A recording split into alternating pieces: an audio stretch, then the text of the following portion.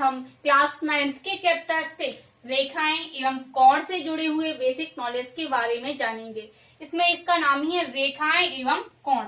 अगर हम इसको दो पार्ट में डिवाइड करें तो इसका पहला पार्ट बनेगा रेखाएं और दूसरा बनेगा कोण। तो इस चैप्टर में हमें रेखाओं और कोणों से संबंधित जो भी जानकारी है उसको पढ़ना है। तो सबसे पहले हम जानते हैं रेखाओं के बारे में कि रेखाएं क्या होती हैं। एक ऐसा सीधा रास्ता जिसकी लंबाई होती है चौड़ाई नहीं होती रेखा कहलाती है।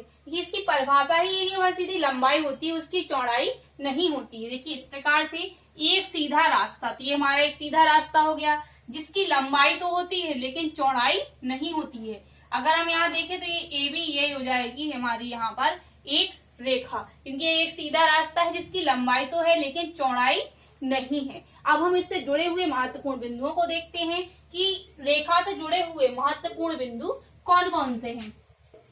रेखा अनंत बिंदुओं का वह समूह है जिसका कोई अंत बिंदु नहीं होता है। तो रेखा का अंत बिंदु नहीं होता है। देखिए यहाँ कहा गया है रेखा अनंत बिंदुओं का समूह है। अगर हम इसमें देखें तो अनंत बिंदु इस प्रकार से रख सकते हैं। यह क्या हो जाएगा, अनंत बिंदुओं का एक समूह हो जाएगा इस प्रकार से। दूसरी बात इसमें है किसी रेखा की लंबाई को मापा नहीं जा सकता है। तो रेखा की लंबाई को हम नहीं माप सकते हैं। क्यों नहीं माप सकते हैं, क्योंकि इसका तीसरा ये होता है कि यह अपने दोनों सिरों से अनंत तक बढ़ाई जा सकती है। इस तरफ अगर देखें तो इस तरफ भी यह अनंत तक बढ़ाई जा सकती है और इस तरफ भी यह अनंत तक बढ़ाई जा सकती है। जब दोनों ओर यह अनंत तक का विस्तार हो सकता है तो हम रेखा की लंबाई को नहीं माप सकते हैं। अब यहाँ बात आती है रेखाओं के प्रकार। देखिए रेखाओं के प्रकार के बारे में अभी हमने पिछले चैप्टर में पढ़ा हुआ है, प्रतिच्छेदी रेखाएं और समांतर रेखाएं। फिर भी हम उसको एक बार यहाँ समझ लेते हैं। प्रतिच्छेदी रेखाएं ऐसी रेखाएं जो एक दूसरे को आपस में प्रतिच्छेद करती हैं या एक दूसरे को किसी बिंदु पर काटती हैं, प्रतिच्छेदी रेखाएं कहलाती हैं। इसका फुल डिटेल हमने चैप्टर 5 में पढ़ा हुआ है। इसको हम यहाँ पर इस चैप्टर में सिर्फ उनका यूज होना है, तो उसका यूज करते हुए हम यहाँ सिर्फ उनको समझते हैं। देखिए ये हमारी एक रेखा ये हो जाएगी, सपोज दैट ये हो गई हमारी AB रेखा, ठीक है, और दूसरी रेखा ये हो जाएगी CD। ये दोनों आपस में कहा इस बिंदु को प्रतिच्छेद कर रही हैं। तो ऐसी रेखाएं जो एक दूसरे को प्रतिच्छेद करें या किसी बिंदु पर काटती हैं प्रतिच्छेदी रेखाएं कहलाती हैं। ऐसी रेखाएं जो एक दूसरे को कभी भी प्रतिच्छेद नहीं करती हैं, उसके दोनों सिरों को हम आपस में कितना भी बढ़ाएं लेकिन भी कभी भी एक दूसरे को किसी भी बिंदु पर नहीं काटती हैं। अब हम जानते हैं कोण के बारे में कि कोण से संबंधित हमें यहाँ पर क्या क्या पढ़ना है। तो हम देखते हैं इसको। किसी भी दिशा में एक बिंदु से निकलने वाली रेखाएं शीर्ष पर कोण का निर्माण करती हैं। जैसे कि इसकी परिभाषा है किसी बिंदु से, तो अगर हम एक यह लेते हैं एक बिंदु, इसमें कहा गया है इसके बिंदु से निकलने वाली रेखाएं, इस बिंदु से एक रेखा ये हो जाएगी और दूसरी रेखा हो जाएगी यह। तो ये शीर्ष पर कोण का निर्माण करती हैं। ये हो जाएगा यहाँ पर शीर्ष, ये हो जाएगी एक भुजा और यह हो जाएगी यहाँ पर दूसरी भुजा। तो यहाँ पर करेगी यह निर्माण कोण का। तो इसकी परिभाषा से ही स्पष्ट है कि किसी बिंदु से निकलने वाली रेखाएं, तो यहाँ बिंदु से रेखाएं निकली हैं, शीर्ष पर कोण का निर्माण करती हैं। अब कोण के प्रकार हम पढ़ते हैं। तो कोण के प्रकार काफी होते हैं, तो इसको हम लाइन बाय लाइन देखते हैं। पहला है न्यून कोण, 90 डिग्री से कम हो। तो ऐसा कोण जिसका मान 90 डिग्री से हमेशा कम ही हो वह कहलाएगा न्यून कोण। फॉर एग्जाम्पल इस प्रकार से देखिए ये कोण यहाँ पर 90 से कम बन रहा है, यह हो जाएगा यहाँ पर न्यून कोण।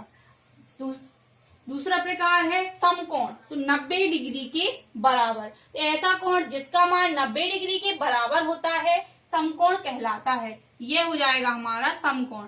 जिसपे कोण हमेशा 90 डिग्री का बने वह कहलाता है समकोण। अगला है अधिक कोण। देखिए ये प्रॉपर होता है 90 डिग्री, इससे अगर कम हो गया तो न्यून कोण हो जाएगा और अगर इससे अधिक हो गया तो हो जाएगा अधिक कोण। ये इस प्रकार से एक रेखा ये हो जाएगी, ये अधिक हो गया इससे, तो यह हो जाएगा यहाँ पर अधिक कोण। अब है ऋजु कोण। तो 180 डिग्री के बराबर जो कोण होता है वह कहलाता है ऋजु कोण। ये ऋजु कोण हमें ये अगर एक सीधी रेखा है तो जिस बिंदु से यहाँ से इस रेखा से प्रारंभ करें और उसी पर उसका अंत हो, तो यहाँ से यहाँ तक ये पूरा कोण यह कहलाएगा ऋजु कोण,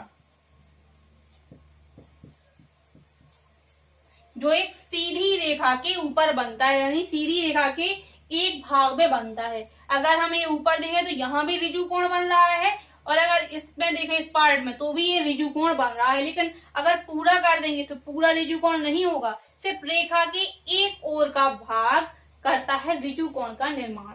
अगली बात इस यहाँ पर इसमें प्रतिवर्ती या बृहद कोण, प्रतिवर्ती कोण को ही बृहद कोण कहा जाता है। तो ऐसा कोण जो 180 डिग्री से अधिक हो परंतु 360 डिग्री से कम हो वह कहलाता है प्रतिवर्ती कोण। ये ऋजु कोण यह होता है 180 डिग्री का, और ये 180 डिग्री से अधिक होता है, लेकिन 360 यानी इस पूरे से कम होता है। कुछ भी कम हो सकता है लेकिन कम जरूर होता है। फॉर एग्जाम्पल जैसे हमारा यहाँ पर एक कोण बन रहा है और हम कहें इसमें ऋजु कोण, तो इसको एक बृहद कोण भी कहते हैं। जो ये बाहर अब ये कोण बन रहा है ये कहलाएगा यहाँ पर प्रतिवर्ती कोण। अब इस प्रतिवर्ती कोण का मान कैसे निकालते हैं हम, तो 360 डिग्री में से जो ये कोण दिया है उसको घटा देंगे अगर, तो हमें प्राप्त हो जाता है प्रतिवर्ती कोण। यानी 360 में से जो कोण दिया हो उसको घटा देने पर हमें यहाँ पर प्रतिवर्ती कोण का मान प्राप्त हो जाता है, क्योंकि हमें प्रतिवर्ती कोण का मतलब होता है पूरा कोण, बृहद कोण। तो ये हो जाए हमारे यहाँ पर इन कोण के प्रकार। अब हम और आगे देखते हैं। कोणों के अंतर्गत अगला प्रकार है पूरक कोण। यदि दो कोणों का योग 90 डिग्री के बराबर होता है तो वे कोण आपस में पूरक कोण कहलाते हैं। यदि हमारा इस प्रकार से यह एक समकोण बन रहा है, यहाँ पर एक कोण मान लेते हैं हम x और दूसरा मान लेते हैं y, तो यहाँ पर स्पष्ट रूप से कहा गया है कि दोनों का योग होता है 90 डिग्री के बराबर, अर्थात यहाँ पर x प्लस वाई बराबर 90 डिग्री ही होता है, तभी वह पूरक कोण कहलाता है।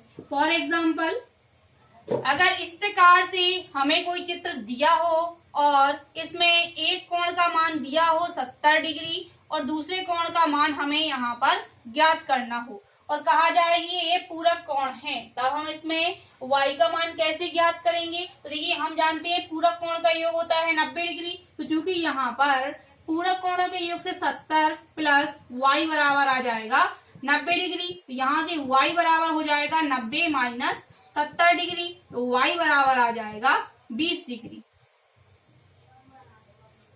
इस प्रकार से हमें यहाँ पर y का मान ये प्राप्त हो जाएगा 20 डिग्री। और जांच के लिए अगर हम देखें तो पूरक कोणों का योग 90 डिग्री होता है, तो अगर हम यहाँ जांच करें अगर इसकी, तो जांच में x प्लस वाई बराबर 90 डिग्री आना चाहिए।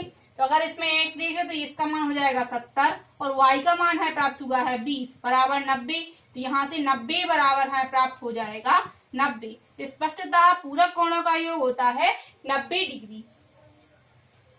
अगला टाइप है संपूरक कोण। तो यदि कोणों का जोड़ 180 डिग्री के बराबर होता है तो ऐसे कोण कहलाते हैं संपूरक कोण। ये पूरक होता है 90 डिग्री का और संपूरक होता है 180 डिग्री का। इसमें संपूरक हम जानते हैं पूरा कोण ये कहलाता है संपूरक कोण। यहाँ से यहाँ तक एक रेखा के एक तरफ के भागों का योग कहलाता है संपूरक कोण। इसमें हमने एक कोण ये मान लिया है a और दूसरा b, तो इसमें होता है a प्लस b बराबर 180 डिग्री, क्योंकि दो कोणों का योग इसमें होता है 180 डिग्री। फॉर एग्जाम्पल इस प्रकार की हमें कोई आकृति दी गई है और कहा गया है कि इसमें x डिग्री का मान क्या होगा या x का मान इसमें क्या होगा। इसमें हमें दिख रहा है कि ये संपूरक कोण बन रहे हैं और चूंकि हम जानते हैं संपूरक कोणों का योग होता है 180 डिग्री, तो यहाँ पर x प्लस 70 बराबर हो जाएगा 180 डिग्री। तो यहाँ से x बराबर हो जाएगा 180 माइनस 70, तो x बराबर आ जाएगा यहाँ से 110 डिग्री। इस प्रकार से हमें यहाँ पर x का मान प्राप्त हो जाएगा। इसकी भी जांच हम कर सकते हैं। यदि हम 70 और 110 का योग करें तो हमें प्राप्त हो जाएगा 180। इस प्रकार प्रकार से हमें इसमें कंफ्यूज नहीं होना है। पूरक 90 डिग्री और संपूरक होता है 180 डिग्री का।